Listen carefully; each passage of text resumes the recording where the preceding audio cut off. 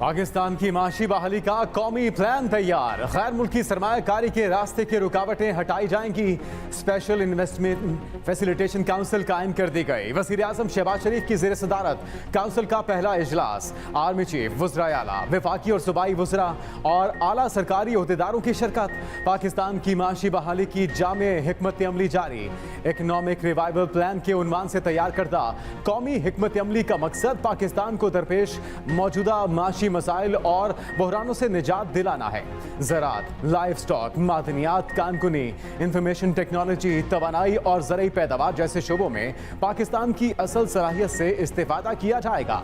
इन शोबों के जरिए पाकिस्तान की मकामी पैदावारी सलाहियत और दोस्त ममालिक से सरमायाकारी बढ़ाई जाएगी। मंसूबों के तहत एक हुकूमत और इज्तिमाई हुकूमत के तस्वुर को फ़रोग़ दिया जाएगा। इजलास से पहले वज़ीर आज़म और आर्मी चीफ में मुलाकात भी हुई। मुल्क की दाखिली और सलामती सूरत हाल पर बातचीत। वज़ीर आज़म की वज़ीर आला सिंध को सैलाब मुतासरीन के लिए 25 अरब मुख्तस करने की यकीन दहानी।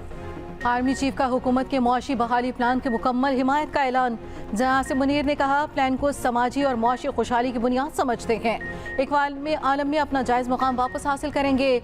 वज़ीर आज़म ने कहा, हुकूमत को विरसे में तबाही के दाने पर खड़ी मईशत मिली, जिसे मुश्किल फैसलों के जरिए बहरानों से निकाला।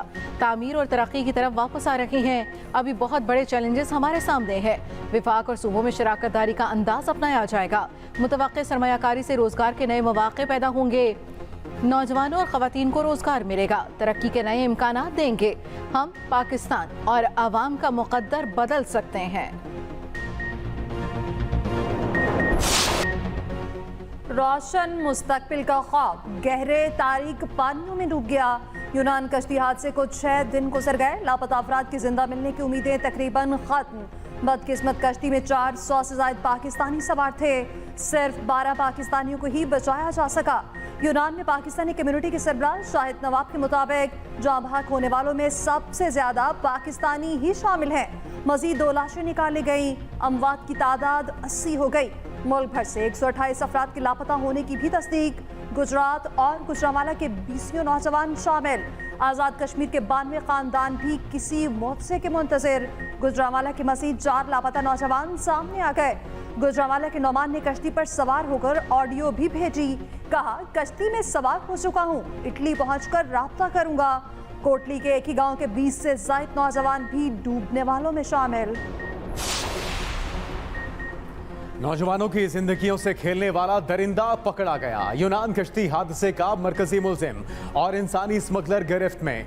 आईजी पंजाब के मुताबिक मरकजी मुलजिम मुमताज आराई को विहाड़ी से गिरफ्तार किया गया। दूसरे मरकजी मुलजिम का मोबाइल फोन भी बरामद। इंसानी स्मगलर तलहा शाहजेब 4 रोज़ा जिस्मानी रिमांड पर FIA के हवाले। मुलजिम ने मुतासरा फैमिली से यूनान भिजवाने के लिए 35 लाख रुपए वसूल किए। सिंध और बलूचिस्तान में इंसानी स्मगलरों के खिलाफ क्रैकडाउन का फैसला। हादसे के बाद एजेंट्स के खिलाफ 7 FIRs दर्ज। लापता अफराद के अहले खाना के DNA सैंपल लेने का सिलसिला भी शुरू। पंजाब और आज़ाद कश्मीर के 128 खानदानों के नमूने लिए जा चुके।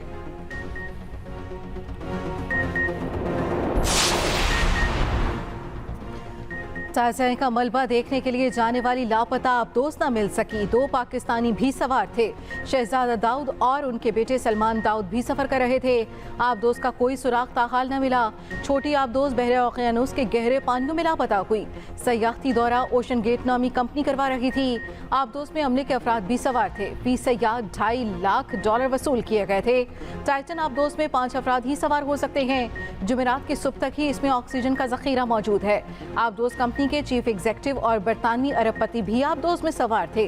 शहजादा दाऊद के अहले खाना की दुआओं की दरखास्त। टाइटैनिक का मलबा समंदर में 2800 मीटर की गहराई में मौजूद है।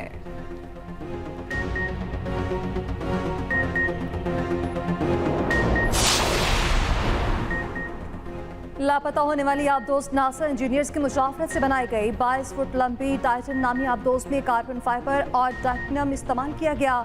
वजन 11.5 टन और हद रफ्तार 3 नॉटिकल मील 4000 फुट गहराई तक जाने की सलाहियत रखती है। पायलट के अलावा 4 अफराद बैठ सकते हैं। 5 अफराद के लिए 96 घंटे की ऑक्सीजन दस्तयाब होती है। पायलट मदरशिप से टेक्स्ट मैसेज के जरिए राब्ते में रहता है।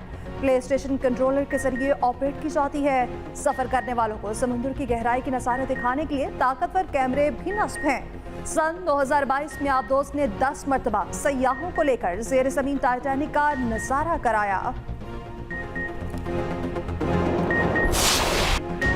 नजम सेठी चेयरमैन पीसीबी के इलेक्शन से दस्तबरदार, ज़का अशरफ के लिए रास्ता क्लियर। वज़ीर आज़म ने पीसीबी बोर्ड ऑफ गवर्नर्स के लिए ज़का अशरफ और मुस्तफ़ा रमदे को नामजद कर दिया। Pakistan cricket board management committee मुद्दत मुकम्मल होने पर डी नोटिफाई। नजम सेठी समेत तमाम मेंबरान गैर फाल हो गए। नजम सेठी ने वीडियो पैगाम में कहा कि आसिफ जरदारी और शहबाज शरीफ के दरमियान वजह तनाज़ा नहीं बनना चाहता। ऐसा अदम इस्तेहकाम पीसीबी के लिए भी अच्छा नहीं।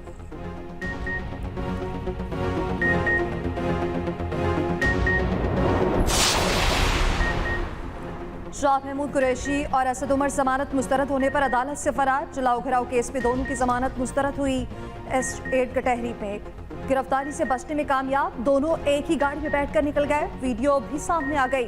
दोनों उजलत में तेजी से अदालत से निकले। मुतनाज़िर ट्वीट केस में आसिम सवाती को इश्तिहारी करार देने की कार्रवाई का आगाज। अदालत ने आसिम सवाती को 24 जुलाई को बसरिया इश्तिहार तलब कर लिया। पीटीआई रहनुमा शहरियार आफरीदी की जमानत मंजूर। एडिशनल एंड सेशन जज का रिहा करने का हुक्म।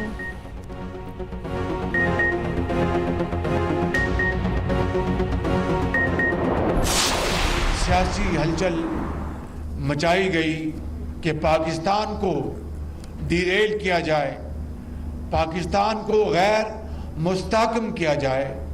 साजिशें की गई और अमेरिका नवाज हुकूमत का इल्ज़ाम लगाया गया। 9 मई को इनकी साजिश और मुल्क दुश्मनी इंतहाओं को छू गई और वो काम हुआ जो कि देखती आंख ने कभी देखा नहीं था। 9 मई को पीटीआई की मुल्क दुश्मनी इंतहा को छू गई। शरपसंदों ने जो काम किया वो दुश्मन भी नहीं सोच सकता। वजीर आजम शहबाज शरीफ कहते हैं माजी में पाकिस्तान को गैर मुस्तहकम करने की कोशिश की गई। नवाज शरीफ दौर के बाद हर चीज जमीन बोस हो गई। ये भी कहा कि IMF की जानिब से कर्ज के इजरा में गैर मामूली ताखीर हो रही है। चीन ऐसे वक्त में हमारी मदद के लिए आगे आया। IMF की तमाम शराइत पूरी कर दी गई। सऊदी अरब और कतर भी हमारी मदद कर रहे हैं। वज़ीर आज़म ने चश्मा 5 न्यूक्लियर प्लांट की तामीर के हवाले से तकरीब में शिरकत की। इस्लामाबाद में मार्गला एवेन्यू का इफ्तिताह किया। स्वीट होम्स में बच्चों के साथ वक्त गुजारा। ट्रांसपोर्ट वैन ज़तिया की। पुलिस लाइन्स इस्लामाबाद में यादगार शोहदा पर हाजिरी भी दी।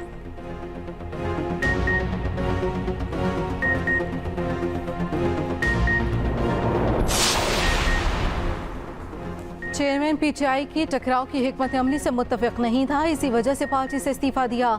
असद उमर का इंटरव्यू, कहा मुल्क जिस नहज पर पहुंच चुका सबको 2 कदम पीछे हटना पड़ेगा। तहरीक इंसाफ का असद उमर को जवाब, कहा अगर इन्हें इख्तलाफ था तो उस वक्त मनसब से अलग होते। जब पार्टी को मंसूबे के तहत निशाना बनाया गया इनको इस्तीफा याद आ गया। इसमें इनका जाती मफाद तो छुपा हो सकता है, पार्टी का नहीं।